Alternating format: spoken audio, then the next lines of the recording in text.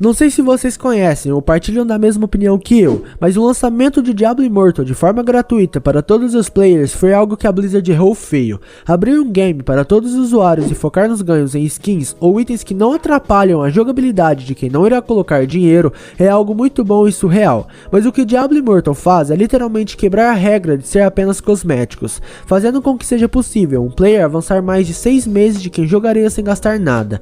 Isso estraga a realidade do game gratuito, fazendo com que vença no jogo quem tem mais dinheiro para gastar. E o mais surreal disso é que teve um player que chegou a gastar 100 mil dólares, cerca de 500 mil reais dentro do jogo para alavancar seu único personagem. E por incrível que pareça, o jogo dele literalmente quebrou. A própria Blizzard não esperava um investimento desse em apenas um personagem, o que ocasionou um bug nas batalhas do player. Isso ele ficou tão forte que não conseguia encontrar um inimigo sequer, e o jogo dele ficou dias assim dessa forma até a Blizzard arrumar o bug.